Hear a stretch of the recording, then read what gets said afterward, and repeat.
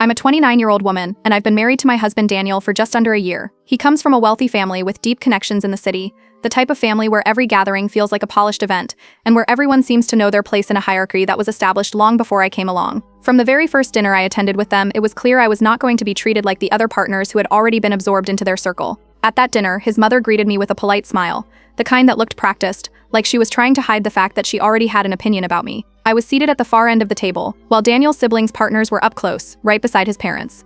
The conversation circled around vacations I had never been part of, inside jokes I didn't understand, and investments I had no way of contributing to. When plates were cleared, I found myself automatically carrying dishes into the kitchen while everyone else stayed chatting in the living room. Nobody asked me to, but the expectation was unspoken and heavy. I tried joining conversations by suggesting a board game after dinner, something lighthearted, but nobody acknowledged me until Daniel's brother repeated the exact same idea minutes later. Then suddenly, it was the perfect plan. By the end of the night, I was standing at the edge of family photos, smiling politely while everyone else was pressed together in the middle, looking like they belonged. It didn't stop there. A few weeks later, during another family lunch, Daniel's sister leaned across the table and made a comment about my career. I run an interior design and architecture studio, something I've poured years into building, but she dismissed it as if it were just a pastime. She said it must be nice to have a hobby while Daniel supported me. I smiled through it, but the words burned. At Easter, I brought carefully made decorations for the table, pieces I designed and crafted myself.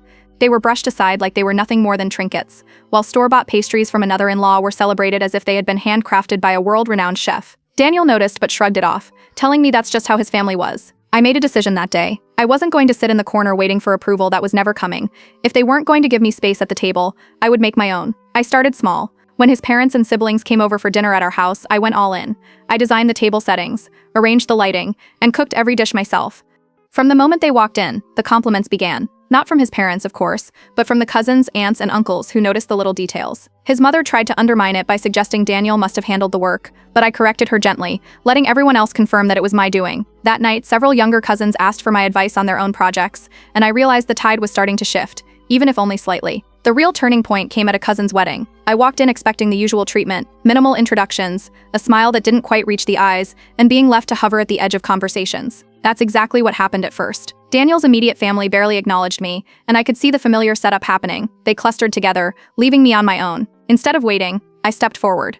I introduced myself directly to relatives I hadn't met, shaking hands, smiling, and making sure people knew who I was. That's how I ended up in a conversation with one of Daniel's uncles, a man who developed properties. When he asked what I did, I explained my studio and described some of the projects I'd completed. His interest sharpened instantly. He asked more questions, wanted to know details, and before long, he was praising my portfolio loudly enough for others nearby to hear. He said it outright, that the family should be proud to have me. Heads turned, conversation shifted. People began gathering around to hear about my work. Compliments rolled in, not the empty kind, but the genuine ones that come when people are actually impressed. Daniel's sister tried to sour the moment, muttering that I was bragging, but her comment fell flat when an aunt spoke up, saying it was refreshing to see someone speak with pride without sounding pretentious.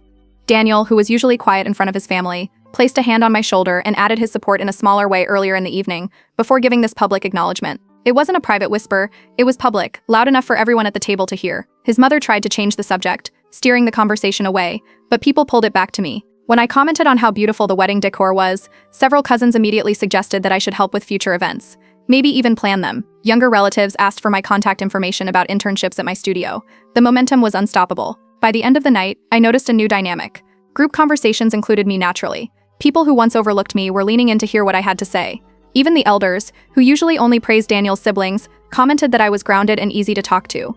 The admiration wasn't forced, and it wasn't something my in-laws could spin or control. It came directly from the rest of the family. For the first time, I saw the balance shift. The people who once dismissed me were realizing I wasn't just Daniel's wife sitting in the background. My work and presence spoke for themselves. I didn't need the approval of his parents or his sister. The family was already giving me something more valuable, their respect. And whether his parents liked it or not, the influence in that room was changing, piece by piece in my direction. That wedding wasn't the end of anything. It was the beginning. It showed me that the same people who once saw me as an outsider were now listening, noticing, and valuing what I brought to the table. And it left his parents with no choice but to watch as the dynamic they'd controlled for so long started to slip out of their hands.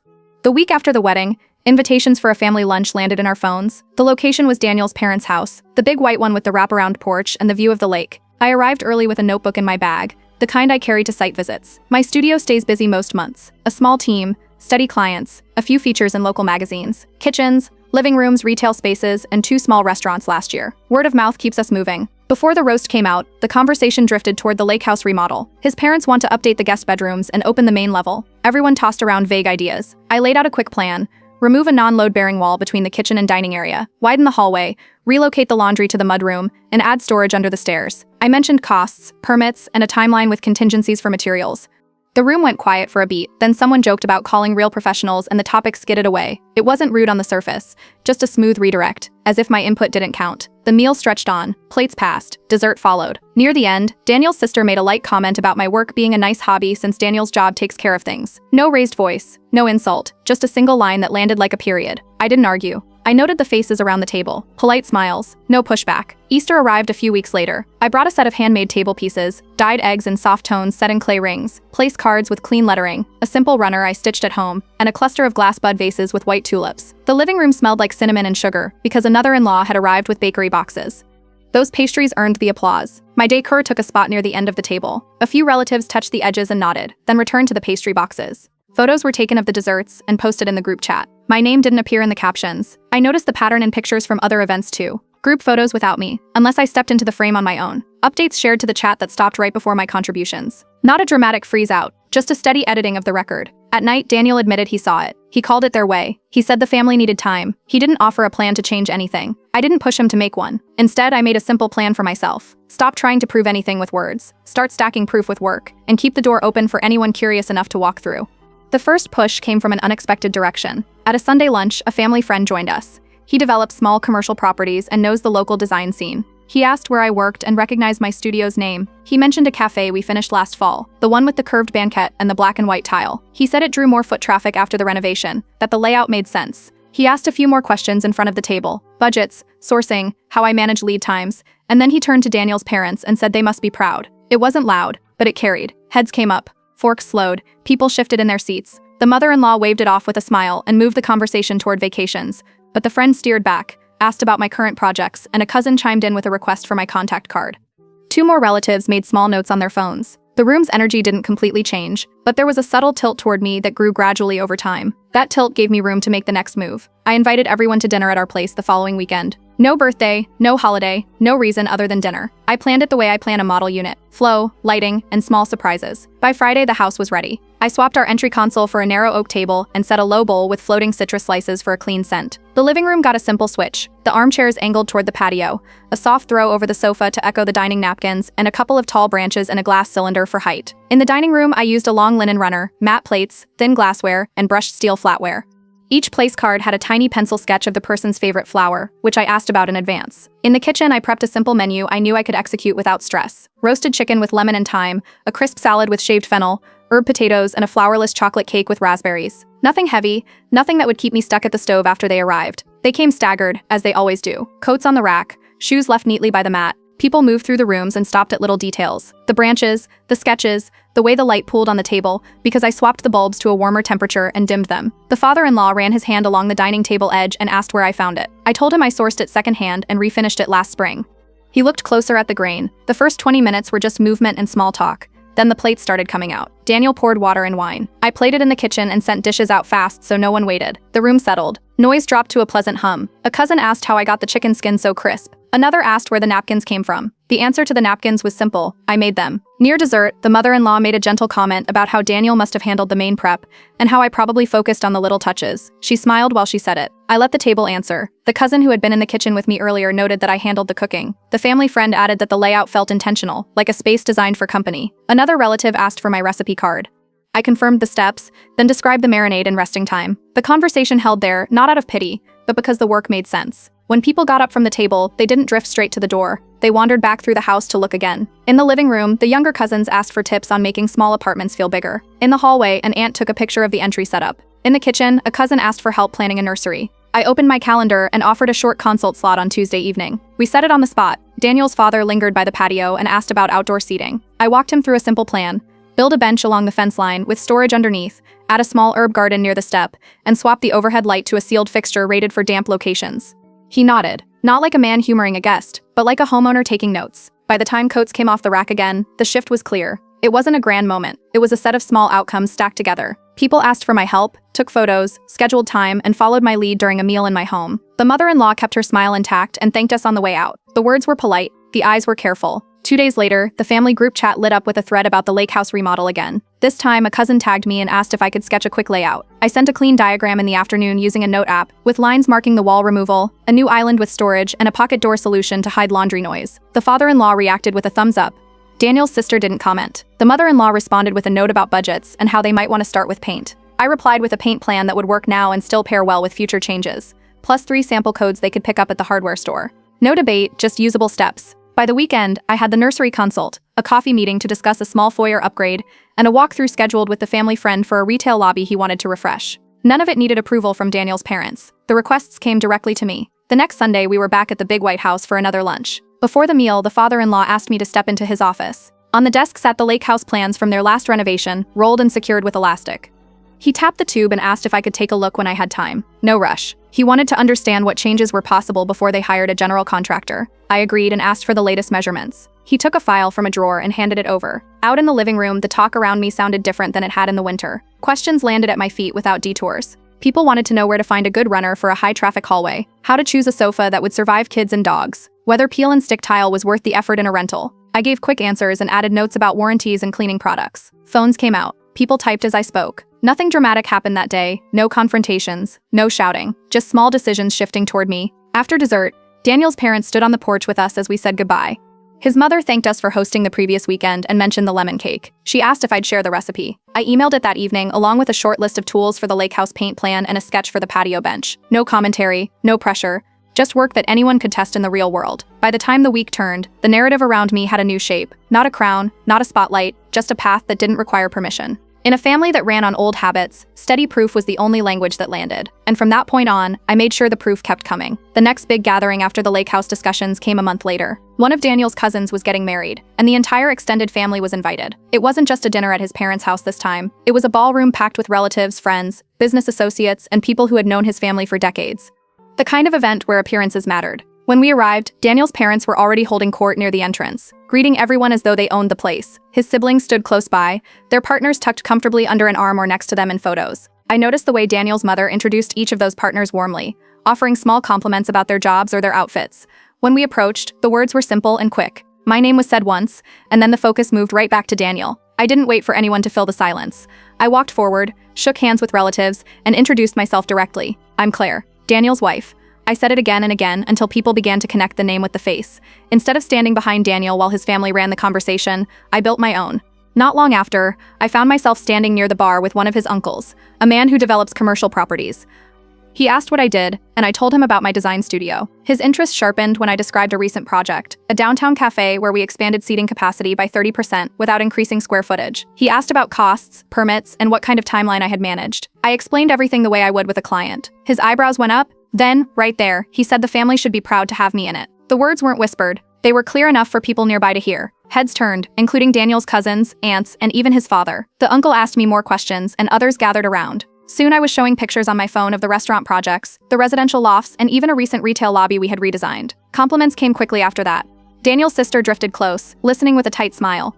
At one point, she muttered that I was bragging, but her comment fell flat when an aunt spoke up, saying it was refreshing to hear someone talk about their work without sounding arrogant. Another cousin asked for my business card, then 2 more. I opened a note app and shared my contact directly. Daniel surprised me. Usually he stayed quiet during moments like this, but instead he placed a hand on my shoulder and told the group how proud he was of me. Not privately, he said it in front of everyone, his voice steady, his posture firm. A few relatives nodded in approval. The mother-in-law tried steering the group into a new conversation, talking about vacation homes, but the momentum had already shifted. People asked me what I thought about the decor in the ballroom, and I mentioned how well the uplighting highlighted the floral arrangements. That sparked a new line of questions. Would I be interested in helping with future weddings or events? A younger cousin asked if I offered internships.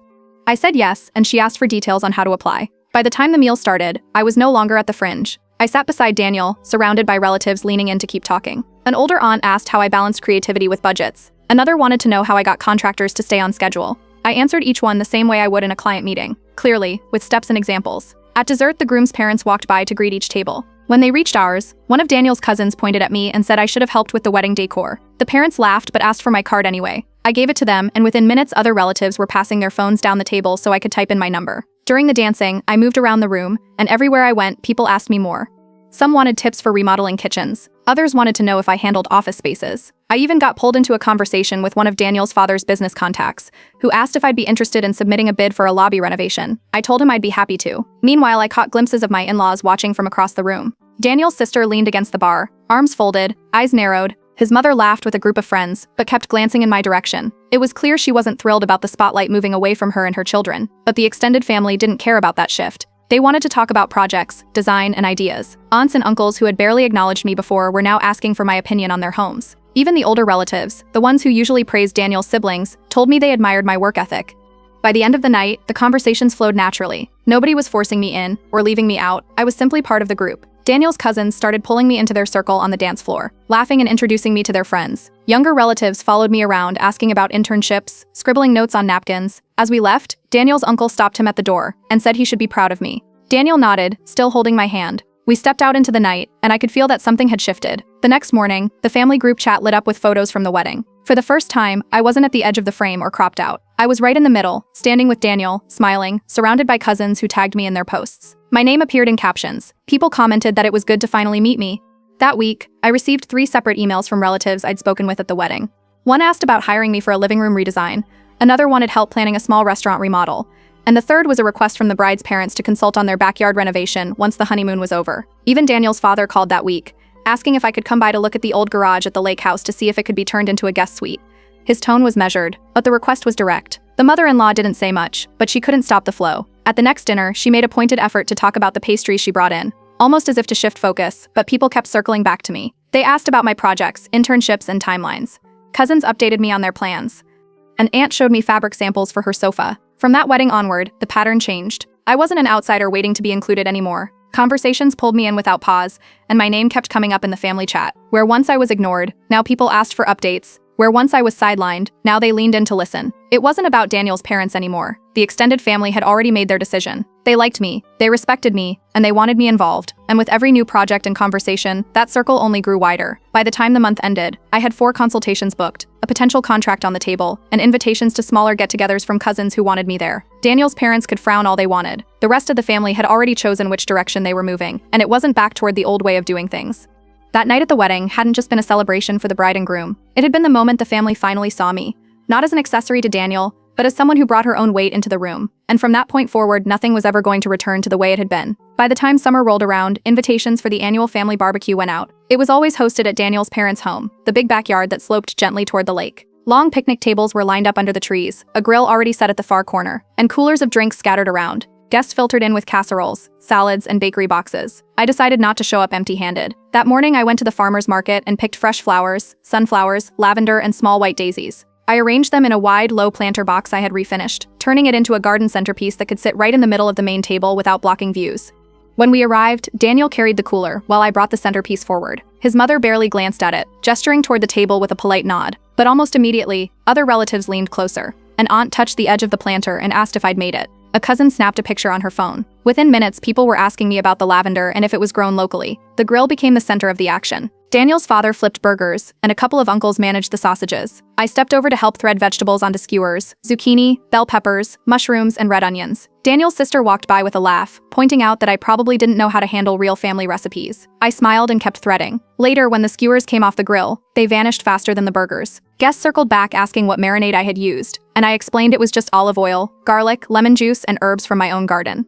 They asked for the recipe, and I wrote it down on napkins while plates emptied. The kids grew restless after eating, running around the yard, and parents tried calling them back. I gathered a few and started a simple beanbag toss using buckets from the garage. That turned into a relay race across the lawn. Soon, half a dozen kids were laughing and playing, their parents sitting back for the first time all afternoon. I lined up prizes with candy from the dessert table, and the little games carried on for almost an hour. Daniel stood off to the side, watching. He didn't interrupt, just kept an eye on how people drifted closer. Relatives who usually stayed near his parents' circle were now lingering near me, joining the games or asking about the centerpiece. A family friend who lived next door stopped in for a drink and commented that the barbecue felt smoother than usual, pointing to how organized the games were and how relaxed the parents seemed.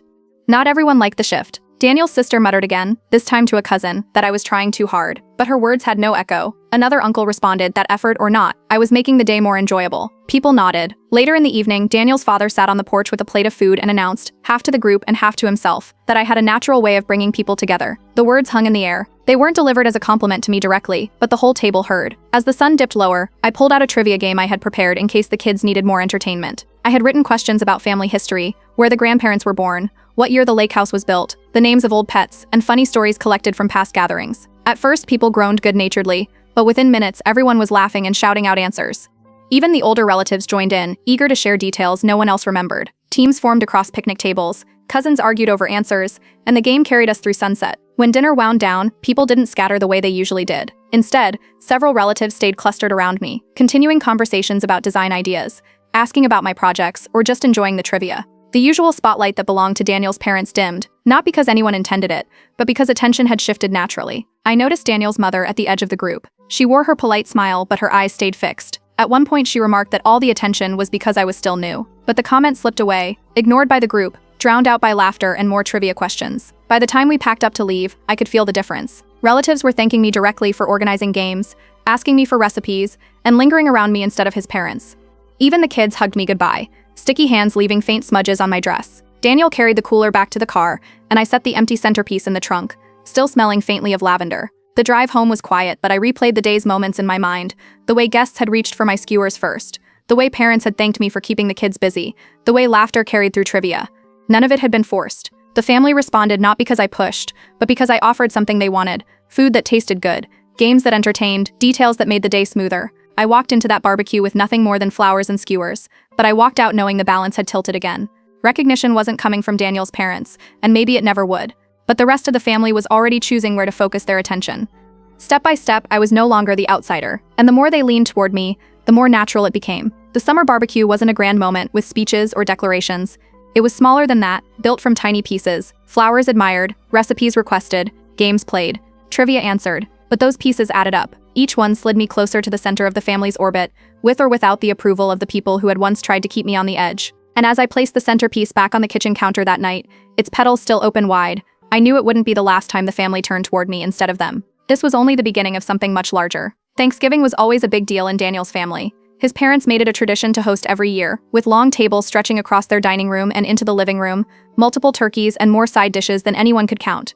This year was no different, except for one thing. Several relatives hinted ahead of time that they wanted me involved in the preparations. They had enjoyed the trivia at the barbecue, the decorations at Easter, and the skewers that disappeared before the burgers. They wanted me to have a hand in Thanksgiving too. When we arrived, his mother made it clear she was still in charge. She handed out assignments in the kitchen, directing sisters, aunts, and cousins to different tasks. When she turned to me, her instruction was short. I could handle one side dish, something simple. Her tone left no room for input. I nodded and took the small corner of responsibility she offered. I had prepared anyway. I made roasted carrots glazed with honey and thyme, topped with toasted pistachios and pomegranate seeds. The dish wasn't complicated, but it was colorful, fragrant, and plated in a wide, shallow bowl with a sprig of rosemary tucked at the side.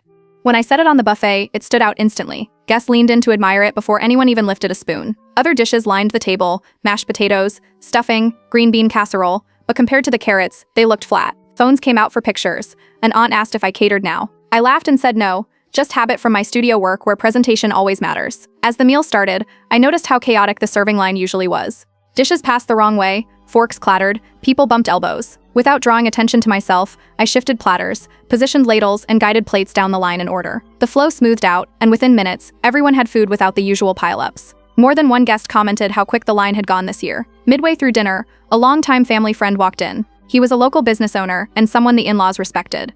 He greeted the table, then spotted me. Loudly, he said he recognized me from a magazine spread he'd read the month before. He mentioned my design studio by name, pointing out a photo of the cafe we had renovated. The room turned. Relatives began asking questions, curious about the article. Caught off guard, the mother-in-law admitted she hadn't realized my firm had been featured. Her surprise was obvious, and for once she didn't have a quick way to brush it aside. I answered calmly, describing the project without boasting. The questions kept coming from others, though. How I balanced design with budgets, how long the project took, what kind of clients we worked with. Older relatives added their thoughts. They remarked how rare it was to see someone talented but still approachable. Someone who didn't brag even when given the chance. I stayed composed, answering only what was asked, letting them draw their own conclusions.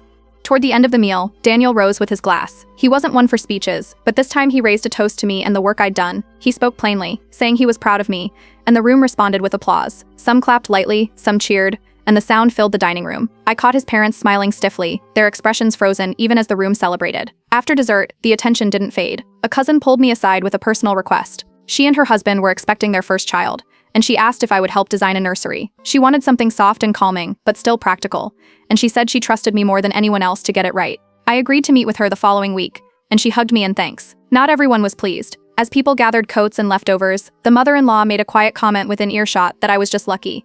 She meant it to sound offhand, but the relatives nearby heard. Their faces showed what they thought of the remark. One of the uncles muttered back that luck doesn't design restaurants or get published in magazines. The conversation ended there, but the weight of it lingered. We left later than usual, standing at the doorway as people thanked us for the carrots, for the smoother serving line, for the trivia I promised to bring next year. When we walked out into the cold November night, I knew whose name had carried through that dinner. It wasn't mine because I pushed it. It was mine because others repeated it. The carrots on the buffet, the magazine mention, the toast from Daniel, the request for a nursery, they stacked one on top of the other, until my presence became the centerpiece of the evening. His parents had hosted, but when people remembered that Thanksgiving, it wouldn't be for the number of turkeys or the traditional pies. It would be the dish they photographed before tasting. It would be the toast they applauded together. It would be the magazine they recognized. It would be the cousin's nursery request that sealed the deal. By the time we drove home, I didn't need to ask Daniel if he noticed. The balance was already shifting, and it was shifting fast. Thanksgiving was supposed to be his parents' domain. That night, without ever trying to take it over, I left as the one most remembered. The Christmas gathering was the crown jewel of Daniel's family calendar. Every year, his parents hosted it at their home, complete with a giant tree in the living room, trays of cookies, carols playing in the background, and a carefully planned evening schedule. His mother had always been the center of it. She decided the decor, the food, the activities, and even the order of gift opening. It was her holiday, her tradition, and everyone else simply showed up to follow along. This year, however, relatives quietly suggested something different. After the Thanksgiving dinner where my dish and the magazine mention had taken center stage, cousins and aunts began dropping hints in the family group chat. They asked if I'd be doing anything for Christmas, if I could help with decor, or if I'd plan another activity like the trivia at the barbecue. I noticed the hints, but I also noticed how his mother ignored them every time. When we arrived at their house, the roles were already distributed. His mother gave Daniel's sister the job of plating desserts, an aunt the task of arranging seating, and me a small corner of responsibility, wrapping the stack of gifts that needed to go under the tree. She presented it like a helpful role, but I could see what it was.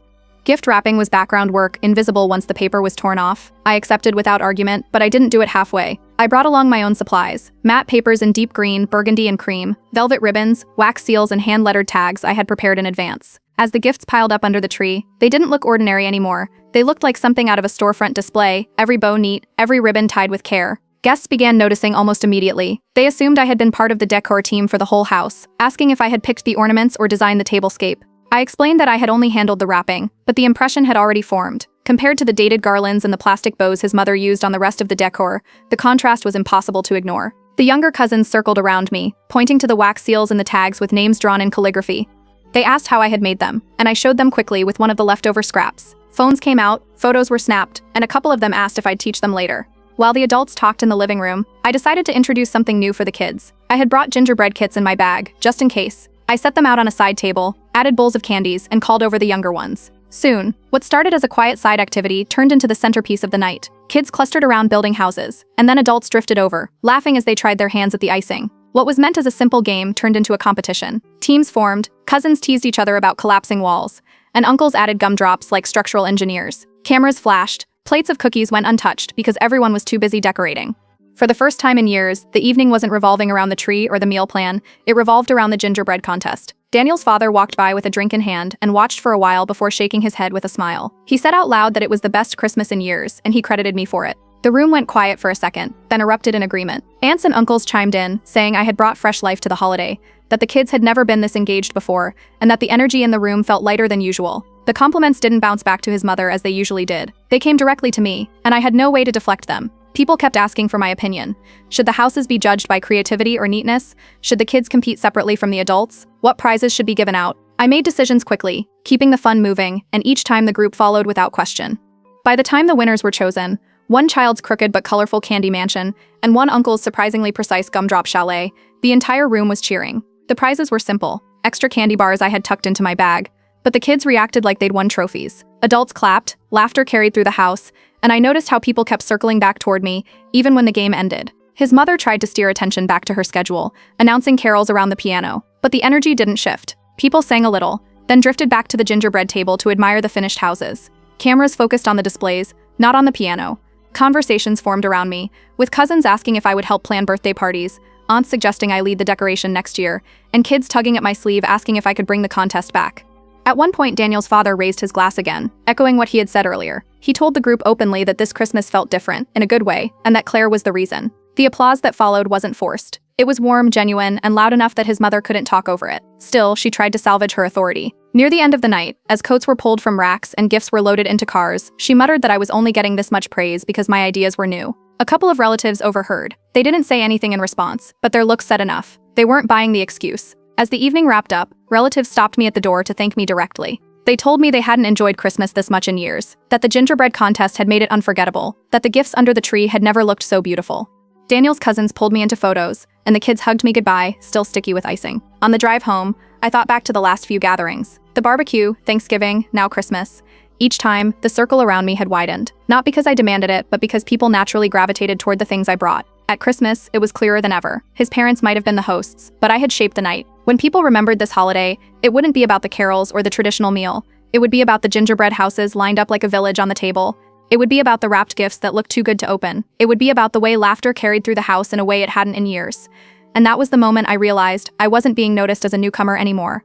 I was being looked to as the person who made things happen. My influence wasn't subtle. It was becoming the centerpiece of every event. And whether his parents liked it or not, the rest of the family had already decided that's where they wanted the future to go. The first signs of spring came with invitations to the extended family reunion. This year it was set at a rented lodge in the mountains, a neutral location chosen so everyone could stay for the whole weekend. The plan was to celebrate several milestones at once: birthdays, anniversaries, and the new baby that had just joined the family. For Daniel's parents, it was another chance to play hosts, even though the venue wasn't their own. For everyone else, it was an excuse to bring food, stories, and plenty of noise under one roof. From the moment we arrived, relatives began whispering small requests. A cousin asked if I'd help arrange seating since the dining hall looked scattered. An aunt pulled me aside and suggested I should be in charge of activities for the kids. Another quietly asked if I could manage the photo display because she had seen how I had set up the Christmas gifts. These requests trickled in long before Daniel's mother announced her assignments. When she finally did, the difference was clear. She gave herself catering, choosing the menus with the lodge staff. She handed Daniel's siblings a few supporting roles. To me, she offered a side comment about small decorative touches. I accepted without protest, then set to work with the requests I had already received. On the first morning, I began with details. Each seat at the dining tables had a small card I had written with names in clean lettering, paired with a sprig of greenery tucked underneath. Along one wall, I hung a line of photos, snapshots of past gatherings clipped to twine, labeled with years and short captions. Guests stopped the moment they walked in, pointing at old hairstyles, laughing at stories, calling others over to look. The lodge that had felt plain suddenly looked alive with family history. The catering hit a snag almost immediately. The delivery truck ran late, and people grew restless waiting for lunch. I had anticipated delays and brought along light refreshments, small trays of fruit, cheese, and crackers. I prepared early that morning. I set them out quietly, and the tension in the room eased as people gathered plates and glasses. Kids stopped fidgeting, adults relaxed, and conversations carried smoothly until the caterers finally arrived. To keep energy high, I introduced a trivia game after the meal. I had prepared questions based on family history: who owned the first lake cabin, which great uncle once fell through the ice fishing, what year one cousin's wedding was held.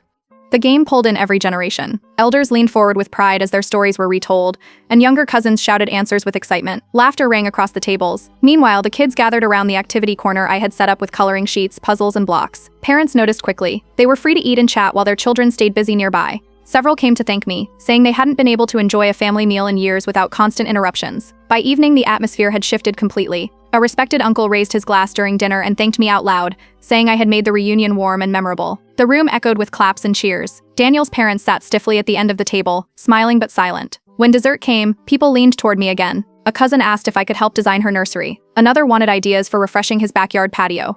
A teenager asked about internships at my studio. Phones came out, notes were written, and plans were made. Each conversation anchored me further into the group. The next morning, as the lodge filled with chatter over breakfast, Daniel's father walked up to me privately. He told me that what I had done brought the family together more than anything they had managed in years. He said it without ceremony, no audience around, just a quiet admission. Then he walked back to his seat. Later, during cleanup, Daniel's mother tried to reassert her role by explaining away the catering delay. She insisted it wasn't her fault, that the vendor was unreliable. But most people barely reacted. They were too busy complimenting the trivia, laughing about the kids' activities, or reminiscing over the photo wall. Her words floated past without sticking. I made sure to include her anyway. When someone thanked me for the reunion's success, I added that she had handled catering. It kept the peace, even as it was obvious to everyone where the difference had come from. That night, after the final dinner, groups lingered in clusters. Normally, conversations would center on Daniel's parents, but this time relatives pulled their chairs near mine. They asked what I thought about planning the next gathering, how early I liked to prepare, and whether I could share my checklists. Daniel watched quietly, but I saw him smiling each time someone leaned toward me. When the weekend ended, cars were loaded with leftovers and packed bags. Relatives stopped me one by one at the door of the lodge. They thanked me for making it feel special, for thinking of the kids, for keeping things organized. One aunt hugged me tightly and said it had been the best reunion she could remember. The drive back down the mountain was quiet, except for the sound of tires on the winding road. The snow melted in patches along the highway, sunlight flickering between branches. Behind us, the lodge stood empty again, but the impression remained. I had walked into my first family dinner months ago, as an outsider, seated at the far end of the table, excluded from conversations, ignored in photos. Now, at the reunion, I was the one people turned to for guidance, the one they asked for advice, the one they thanked at the end of the night. Not because I fought for approval, but because proof had stacked itself into a story no one could deny. The centerpiece at the barbecue, the smooth serving line at Thanksgiving, the gingerbread houses at Christmas, the photo wall at the reunion. Piece by piece, event by event, the family's attention shifted. His parents could still host, still claim control, still smile through clenched teeth, but the rest of the family had already chosen where their respect and gratitude landed. And that was the real change. I was no longer the outsider they tolerated. I had become the person they looked up to, the one who made the gatherings feel whole again. As we reached the bottom of the mountain road, Daniel squeezed my hand. No words were needed. We both knew it. The balance of the family had shifted for good.